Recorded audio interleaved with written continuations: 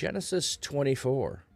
Now Abraham was old, well advanced in years, and the Lord had blessed him in everything. Abraham said to his servant, the senior one in his household, who was in charge of everything he had, put your hand under my thigh so that I may make you solemnly promise by the Lord, the God of heaven and the God of earth, you must acquire a wife for my son from the daughter, there it is. I know it shouldn't be acquire. I missed the word not. You must not acquire a wife for my son from the daughters of the Canaanites, among whom I am living. You must go instead to my country and to my relatives to find a wife for my son Isaac. The servant asked him, what if the woman is not willing to come back with me to this land? Must I then take your son back to the land from which you came? Be careful never to take my son back there, Abraham told him. The Lord, the God of heaven, who took me from my father's land and the land of my relatives, promised me with a solemn oath to take your I'm having problems reading today. To your descendants I will give this land. He will send his angel before you so that you may find a wife for my son.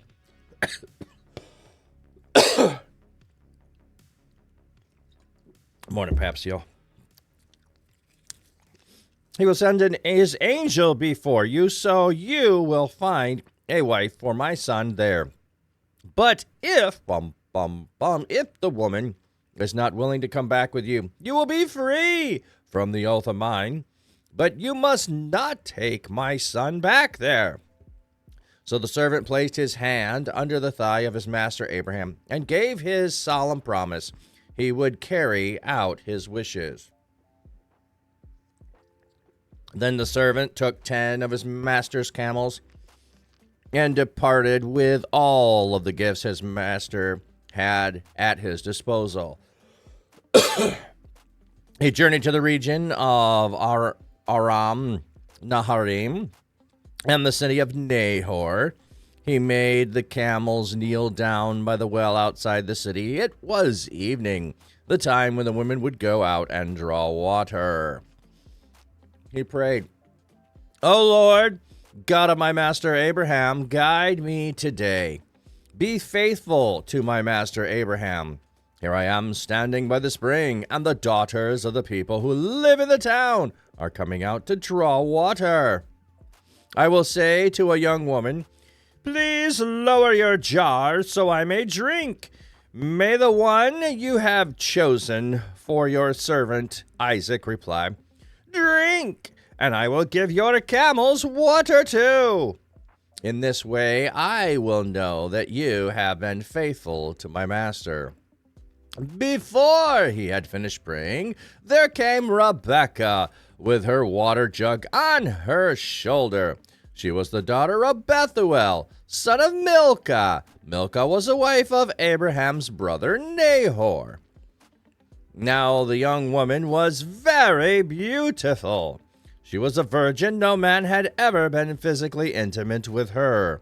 She went down to the spring, filled her jug, and came back up.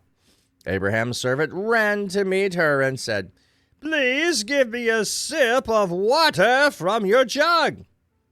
Drink, my lord, she replied, and quickly lowered her jug to her hands. She gave him... Sorry, lost my place as I scrolled. I hate that sometimes. I just scroll and I lose my place. Okay, there it is. Drink, my lord, she replied, and quickly lowered her jug to her hands. She gave him a drink. When she had done this, she said, I'll draw water for your camels too, until they have drunk as much as they want. She quickly emptied her jug into the watering trough and ran back to the well to draw more water until she had drawn enough for all his camels.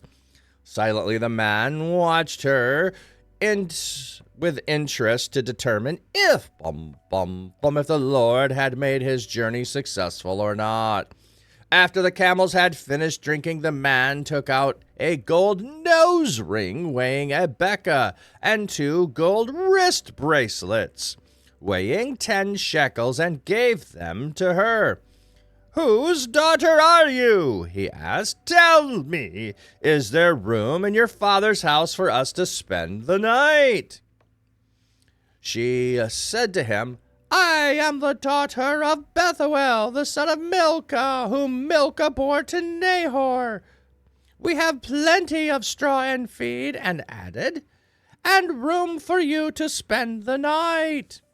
The man bowed his head and whispered to the Lord, saying, "Praise be the Lord, the God of my master Abraham, who has not abandoned his faithful love for my master. The Lord has led me to this house and my master's relatives." The young woman ran and told her mother's household all about these things. Now Rebekah had a brother named Laban. Laban rushed out to meet the man at the spring. When he saw the bracelets on his sister's wrists and the nose ring, and heard his sister Rebekah say, This is what the man said to me." He went out to meet the man. There he was standing by the camels near the spring. Laban said to him, "Come, you who are blessed by the Lord. Why are you standing out here when I have prepared the house and a place for your camels?" So Abraham's servant went to the house and unloaded the camels. Straw and feed were given to the camels, and water was provided so that he and the men who were with him could wash their feet. When food was served, he said, "I will not eat until I have said what I want to say." "Tell us," Laban said. "I am the servant of Abraham," he began. "The Lord has richly blessed my master, and he has become very wealthy. The Lord has given him sheep and cattle, silver and gold, male and female servants, and camels and donkeys. My master's wife Sarah bore a son to him when she was old, and my master has given him everything he owns. My master made me swear an oath. He said, 'You must not acquire a wife for my son from the daughters of the Canaanites among whom I am living, but you must go to the family of my father, to my relatives, to find a wife for my son.' But I said to my master, 'What if, what if the woman does not want to go with me?' He answered, 'The Lord before whom I have walked will send his angel with you. He will make your journey a success, and you will find a wife for my son from among my relatives, from my father's family. You will be free from your oath if you go to my relatives, and they will not give her to you. Then you will be free from my oath.' When I came to the spring today, I prayed, 'O Lord, God of my master Abraham, if you have decided to make my journey successful, may events unfold as follows. Here I am standing by the spring. When the young woman goes out to draw water, I'll say, "Please give me a little water to drink from your jug." And then she will reply to me, "Drink water, and I will water your camels too." May that woman be the one whom the Lord has chosen for my master." Before I had finished praying in my heart, along came Rebekah with her water jug on her shoulder. She went down to the spring and drew water, so I said to her, "Please give me a drink." She quickly lowered her jug from her shoulder and said, "Drink, and I'll give your camels water too." So I drank, and she also gave the camels water. Then I asked her, "Whose daughter are you?" She replied, "The daughter of Bethuel, the son of Nahor, whom Milcah bore to Nahor. I put the ring in her nose and the bracelets on her wrist. Then I bowed down and worshiped the Lord. I praise the Lord, the God of my master Abraham, whom had led me on the right path to find the granddaughter of my master's brother for his son. Now, if you will show faithful love to my master, tell me. But if if not, tell me as well, so that I may go on my way. Then Laban and Bethuel replied, This is what the Lord's doing. Our wishes are of no concern. Rebekah stands here before you. Take her and go, so that she may become the wife of your master's son, just as the Lord has decided. When Abraham's servant heard their words, he bowed down to the ground before the Lord. Then he brought out gold, silver jewelry, and clothing, and gave them to Rebekah. He also gave valuable gifts to her brother and to her mother. After this, he and the men who were with him ate a meal and stayed there overnight. When they got up in the morning, he said, Let me leave now, so I may return to my master. But Rebekah's brother and her mother replied, Let the girl stay with us a few more days, perhaps 10. Then she can go. But he said to them, Don't detain me. The Lord has granted me success on my journey. Let me leave now, so I may return to my master. Then he said, We'll call the girl and find out what she wants to do. So they called Rebekah and said to her, Do you want to go with this man? She replied, I want to go. So they sent their sister Rebekah on her way, accompanied by her female attendant, with Abraham's servant and his men.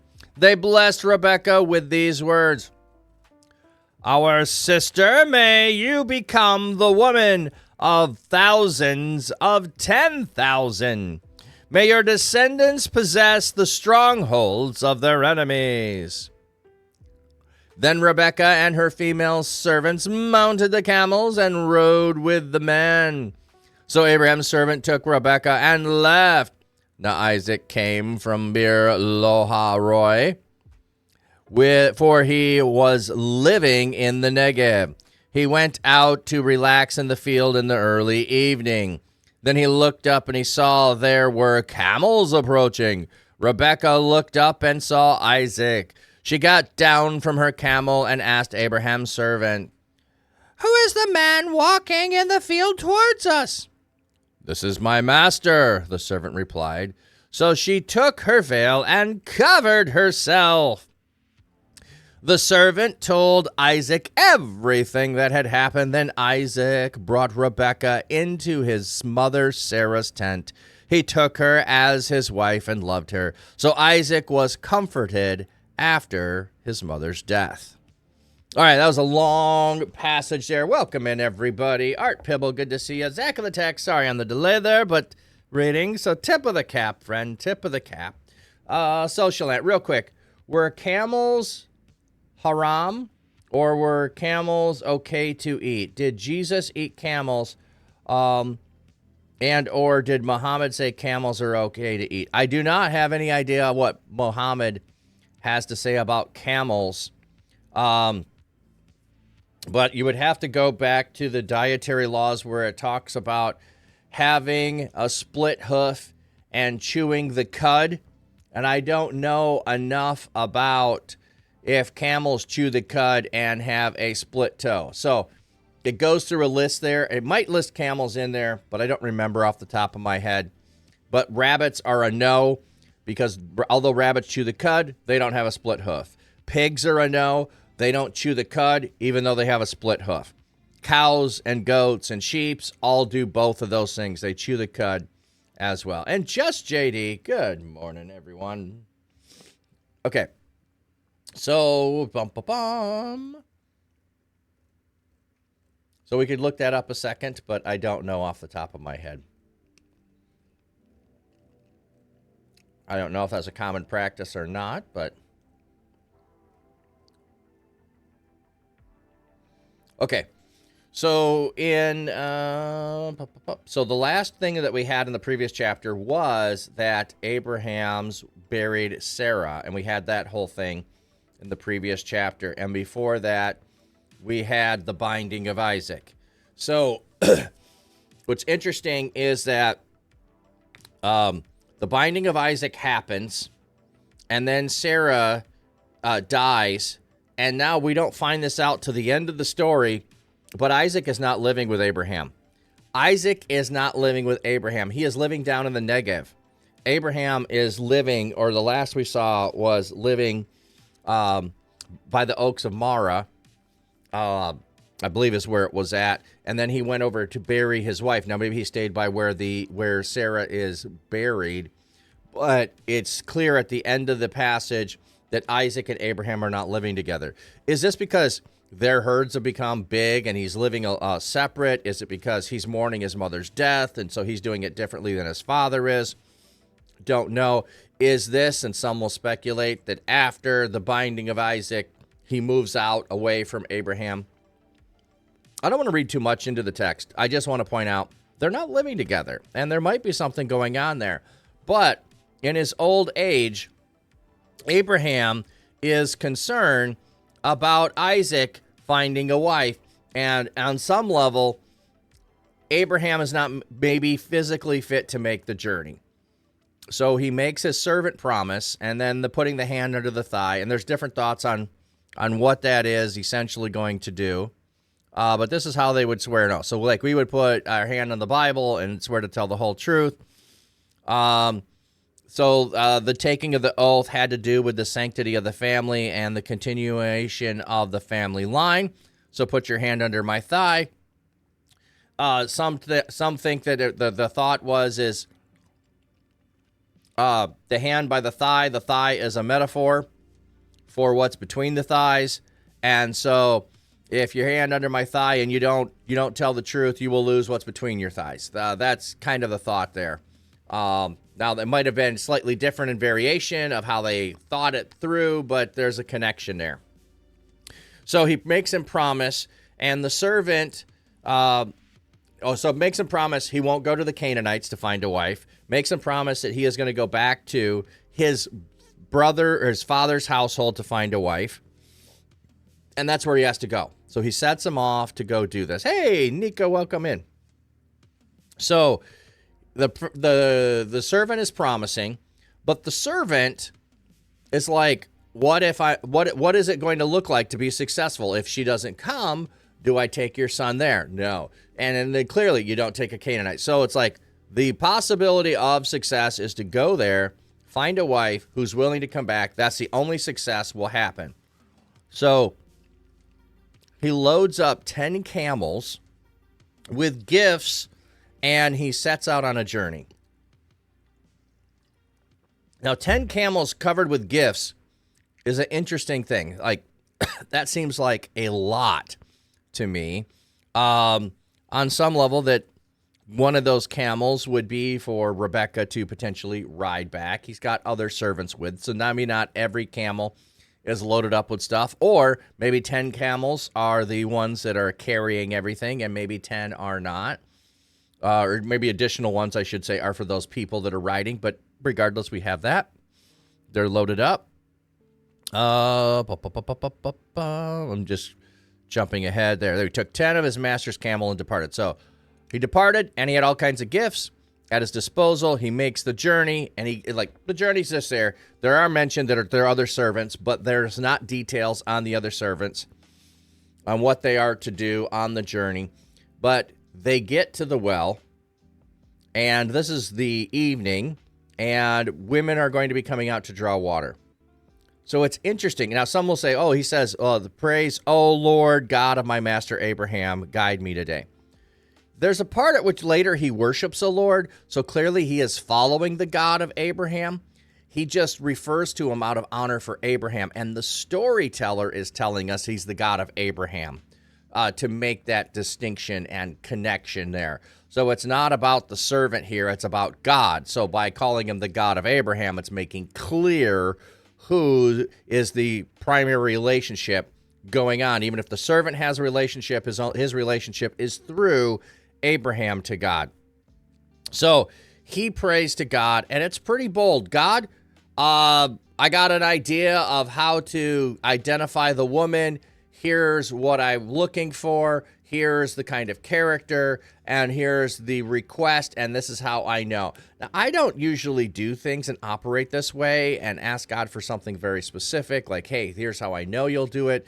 I think there's a possibility we could do this. I just have never, thought, oh, I want to have this conversation, and I want to have the answer, but he knows what he's looking for.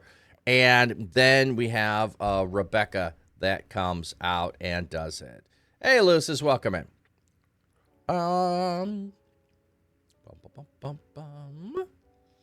Nico answering the question that came in early.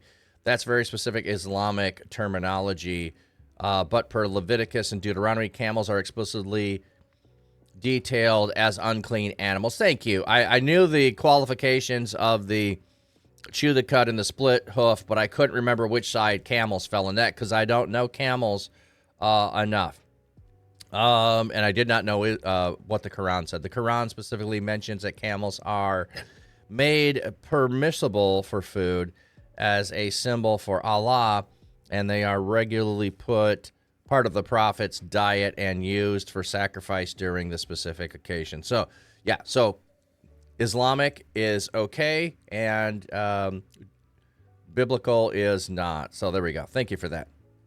Oh, no, it's all good. It's all good. I tried to answer earlier, but I did not know earlier. Okay. Let me pause this snooze right a little bit longer. Let's finish this up. So what's interesting is he has a very, very specific prayer. One thing I think at times that we can learn from this is sometimes our prayers are too general. They're just too, like, God, I hope I find a job. Okay. How about praying very specifically for the kind of job specifically that you want, the range, the income, the place, the location? Like, let's just say you are an artist and what you want to do is animation. And so you pray to be able to have a route and a connection to be able to work for Disney or Pixar or something along that, your dream job. Well, then pray it.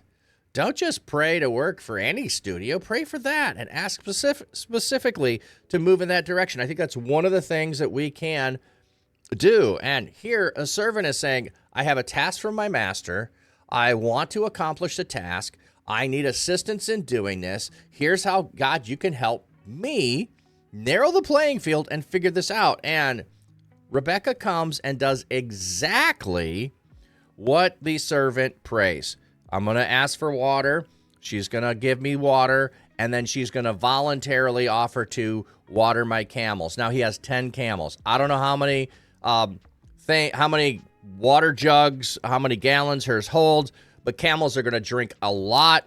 So let's just say there are 10 camels, and it took 5 jugs for each camel. Maybe it's 10 jugs. So she's taking between 50 and 100 trips up and down to fill the trough so that every camel has its full. It doesn't mention, but she probably also was giving drink to the other men who were there as well because he had other servants with him. This is a going above and beyond type of love and hospitality. So he is looking for a woman of that kind of quality. That's what he knows he's asking. When she goes and does these things and that she shows up before he's even finished praying, we know God's hand is actually there and doing all those things. Welcome in, Papstio.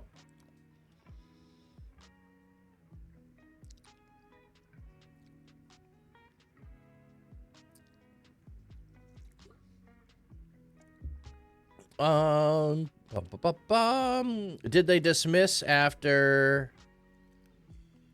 after a while? I know that they don't like to say if they are convinced the person is not going to listen. Oh, I don't know. Hey, thank you for the follow. Let me see, who was that? I heard the name. NTF Quadates. Hey, welcome in. Yeah, you just came in and answered. Yeah. And sometimes they just throw a question, ask for an answer, and then they lurk. Okay, seeing if there's anything else. Oh, no, actually not. I was very specific talk, actually. I learned a ton, and they seem to equally be interested in your faith. Was respectful, mutual back. Apparently, Jehovah's Witness believe the soul can die. I was kind of perplexed by that. Oh, interesting. Okay, let's try to finish up this, Pat. Oh, we got a bunch here. Might take one more snooze. I'm just going to go ahead and do it. Okay. Before he finishes praying, Rebecca shows up. She does exactly everything. And we have this. Hey, Samarilla, welcome in. We have this, like, this is who I am. And that's stated clearly. And it's repeated a couple of times here. So she does everything that is required. And then he watches as she does all of this. After the camels finished drinking, the man took out a gold nose ring weighing a beka and 2 gold wrist bracelets weighing 10 shekels. What is a beka? Weighs about 5 to 6 grams or 0.2 ounces. Okay, I don't know how to weigh gold. So anyway, it's got a nose ring. I don't know if that size would help us know if it's a big nose ring, a small nose ring. Yep. Wearing a nose ring is a biblical thing, not a problem. And gold wrist bracelets, I would assume by calling it bracelet, it would go on the wrist, but, you know, probably different words in Hebrew, trying to just make sure we have all the info there, and gave them to her. And then he asked the question, and is there room in your father's house for us to spend the night? And there is. I saw your post in ukulele stream. I was just lurking, so I did hear about the job opportunity. That sounds amazing. Sounds amazing. I said to him, I'm the daughter of Bethuel, so telling the story. Sorry. Plenty of straw and food and room for you. The man bowed low. Praise be the Lord. So he is worshiping the God of Abraham. He is worshiping God. The Lord has led me to the house of my relatives. The young woman ran off. And notice it says her mother's household. This is an interesting thing that the mother's household is mentioned here. On the heels of Sarah dying, the mother's household gets mentioned when we go and find Rebecca, and he takes her into his mother's tent. There's some connection there. That's something you could look at. A beka is between 5.5 and 6.6 grams, a fifth of an ounce. Yeah. Yeah, I was lurking, Samuel. I sometimes don't always speak up if I'm doing other things. Okay. But notice when she gets there and she's making preparations, her brother Laban finds out what's going on, sees the bracelet and the nose ring, hears what his sister has to say, and runs out to meet the man. Okay? There's something going on with Laban, and when we first get introduced to him, he is acting as if he's head of household. Now, when we later have both he and the father mentioned, so they could be on co-status as co-leaders of the household, but we see Laban already here, a foreshadowing of some shadiness on his part. He sees the wealth that was given to his sister. He runs out to the man. He makes sure the man is coming in. He is doing, on one level, hospitality, but on the other, there's this feeling of, what can I get out of it? How can I exploit this to my advantage? So the straw, the feed, brings him in. Then the servant recounts the whole story. Now, this is interesting. It tells the whole story again so that you don't miss it. And you're going through the story of everything that happened. The meal is going to happen, and I'm not going to do anything until I can tell you the story and make sure if this is all okay. Like, this is a long chapter to read. So he's retelling that. I'm not going to, but you have it twice. Why? because it's the intrigue. The story was going to happen this way, and now I get to tell it everything that happened exactly the way that I wanted it to happen, and so it must be God. See, that's the point of the retelling of it. We heard it told, this is what's going to happen, and then we hear it told after knowing it happened that it actually happens. And that's why we get to verse 50. Then Laban and Bethuel replied, "This is the Lord's doing. Our wishes are of no concern." Like, you asked God to do this. God did this. What are you talking to us for? Like, our part's, like, we had no say in this. God already made it abundantly clear. Rebekah stands here before you. Take her and go, so that she may become the wife of your master, son, just as the Lord has decided. God's already decided this. You made it clear to us. You did the testing to make sure God had. So this is one of the things I think we miss with what the servant is doing. The servant is doing this on some level so that he has evidence for his request being of God and not of some other manufactured way of doing this. So it is evident to them in the telling of the story, and it should be evident to us that God's hand was on it the whole time. So then after that, he gives gifts. Now, notice it does not say that there were gifts given to Laban or to Bethuel. So he has gifts for Rebekah. He also gave it did say brother, but it doesn't say Bethuel there, which is interesting. Is it an exception? Is he left out, or is it just not mentioned? To a brother and her mother. And then the men eat their meal and they stay overnight. In the morning, Mom and Laban have a scheme. Hey, she's going to miss her family. She's going away from home. We need to hang out like 10 days, and then she can go. And what? I guess got a double raid, everybody. Let me finish this real quick, Ray. I can't delay ads. They're coming in 30 seconds, everybody. Wow. So anyway, Rebekah gets called in. The servant says, we can't delay. I got to return home. And Rebekah's like, I'm ready to go. So Rebekah goes, and we'll pick that up when we get back. Some verses in this chapter is hard to get through all of that without breaks and stuff coming in. And I stumbled over reading a little bit today. So Isaac is now living in Beer Loharoi. He is in the Negev. He's not with his father. So when the servant is successful, he does not come back to Abraham and tell Abraham he was successful. He just completes the task and brings Rebekah there. And so Rebekah looks up and sees Isaac in the field because they're coming. They can see them coming and that they're far off. And thank you for the lurk, both of you. Appreciate you very much. So he looks up, sees them, he's approaching. Rebekah sees that he's coming, so she puts a veil on. She puts a veil on so that I'm not sure if this is just symbolic of protecting her identity, if it's symbolic of it's going to be a wedding. I'm not entirely sure why entirely the veil is being put on, but it's interesting to say the least. Veil and covered. Like, they gave me no footnote here either. So culturally, it could be a thing they did, or it could just be trying to tell us a wedding is coming. I'm not sure entirely which piece it is.